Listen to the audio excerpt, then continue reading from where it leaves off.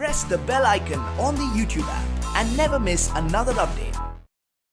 Colors TV के show छोटी सरदानी में आज मेहर और सरबजीत दोनों भी एक दूसरे को प्यारा सा कंसर्न दिखाते हुए नजर आ रहे हैं। जहां मेहर परम को समझा रही है कि उसे उनके पापा सरबजीत जैसे बनना चाहिए, वहीं जैसे ही सरबजीत को मिरर से दिखती है वैसे ही वो उनकी टांग खींचने लगती है। इतना ही नहीं, मस्ती मजाक के साथ साथ मेहर सरबजीत के प्रति बहुत ही कंसर्न दिखा रही है। वो ये कि वो सरब की एलर्जी पर मलहम भी लगा रही है। जैसे मेहर सरब के लिए सोचती है वैसे ही सरब भी।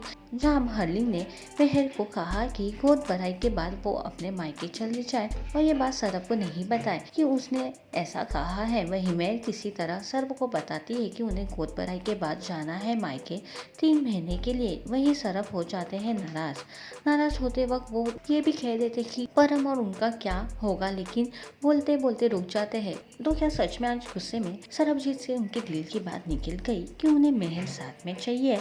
इतना ही नहीं, खुशियां है वहीं एक मुसीबत भी आने वाली है। जहां मेडिसिन का फ्रॉड में पकड़ी जाती है मेहर, जहां उन्हें जेल लिया जाता है और किसी तरह सरब उन्हें जेल से वापस घर लेकर आते हैं। तभी मेहर कसम खाती है कि वो तब तक ये दहलीज पर पाँव नहीं रखेगी जब तक वो खुद को बेगुनाह साबित नहीं कर सकती। आखिर कैसे करेगी मेहर अपने आप को बेगुनाह साबित, और अब मेहर को फंसाने वाला कौन है और वो ऐसा क्यों कर रहा है, ये तो आने वाला वक्त ही बताएगा। देख रहा था जहाँ आपको रोक रहे हैं सरबजीत में, आप उनको कलम लगा रही है, उनकी टांग खिंचाई भी कर रही है थोड़ा बहुत। जी, तो एक्चुअली सरबजीत जी के पीठ पे रैशेस हो गए हैं एंड आपने ये नोटिस करी होगी कि वो हर बात पे बोलते हैं कि वो let's go to the doctor और वो मैं पिल पॉप अप कर लूँगा। एंड आई डोंट थिंक कि मेडिकेशन पे इतना डिपेंडेंट होना है इज़ हेल्दी, जिसकी वजह से मैं उनको बोलती हूँ कि कोई ज़रूरत नहीं है एंटी एलर्जी पिल्स लेने की, मैं नीम का लेप लगा दूँगी and will all be perfect. देखिए, अचानक मेहर के मन में ये कहाँ से आया कि उनको गोद भराई के बाद मायके जाना चाहिए?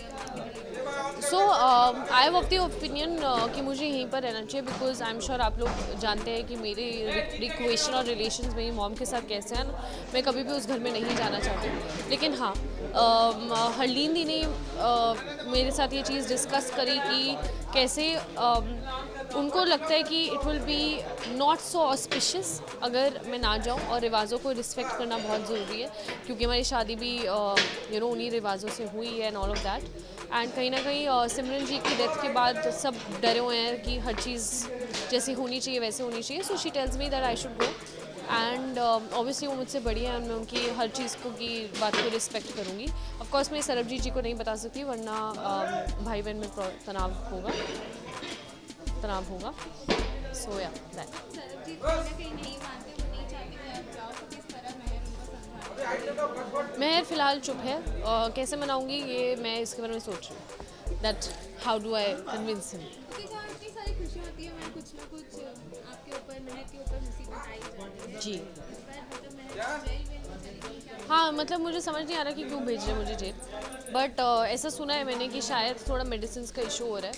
क्या इशू है ये भी मैं फाइंड आउट कर रही हूँ। मैं फ़िलहाल जेल के अंदर हूँ और मुझे बताया नहीं जा रहा है। I am waiting for my lawyer. Thank you. Mehar के प्रति देखने मिला है, क्या कहना चाहिए? प्यार कहीं ना कहीं उमड़ रहा है? सी नहीं, मैं पहले भी बोल चुका हूँ, this relationship is very mature.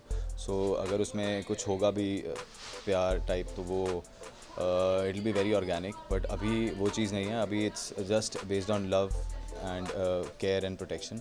सो वो प्यार परम और उस छोटे से बच्चे के लिए है जो कि आने वाला है। एंड दो मैंने इस रिस्पॉन्सिबिलिटी को लिया था और मैं चाहता हूँ कि मैं खुद ही इसको निभाऊँ। And I think I am the best one to give her the full help in this whole process. अच्छा, मेहर का अचानक से मायके जाने का प्लान हो गया है, आपको भी एक डाउट होता है कि ये उनका नहीं किसी और ने उनको कहा होगा, क्या कुछ ये कंफ्यूजन था?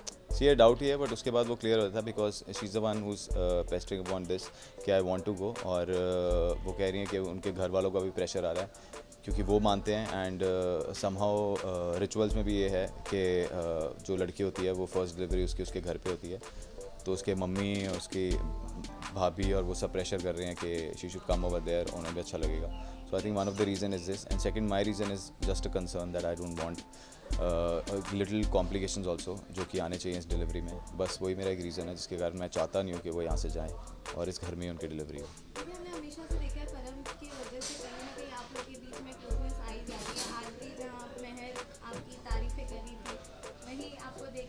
सो परम was always the centre point. परम के साथ ही हमारा रिलेशनशिप ग्रो हुआ है एंड वो एक एपिसेंटर है उस रिलेशनशिप का and he will always remain that. कि लास्ट वीक आपका तो कंसर्न हमने देखा बट कहीं ना कहीं महर भी आपको कंसर्न करती है, जहाँ आपको चोट लगी थी वहाँ मलहम भी लगा रही है. सो ऑब्वियसली वो वाइस वर्सा होता है. It's just give and take. हर रिलेशनशिप में होता है ये वाली चीज़. सो अगर चोट लगेगी तो obviously she will help. Ignore मारेगी तो it will be a problem. Okay, thank you. Okay.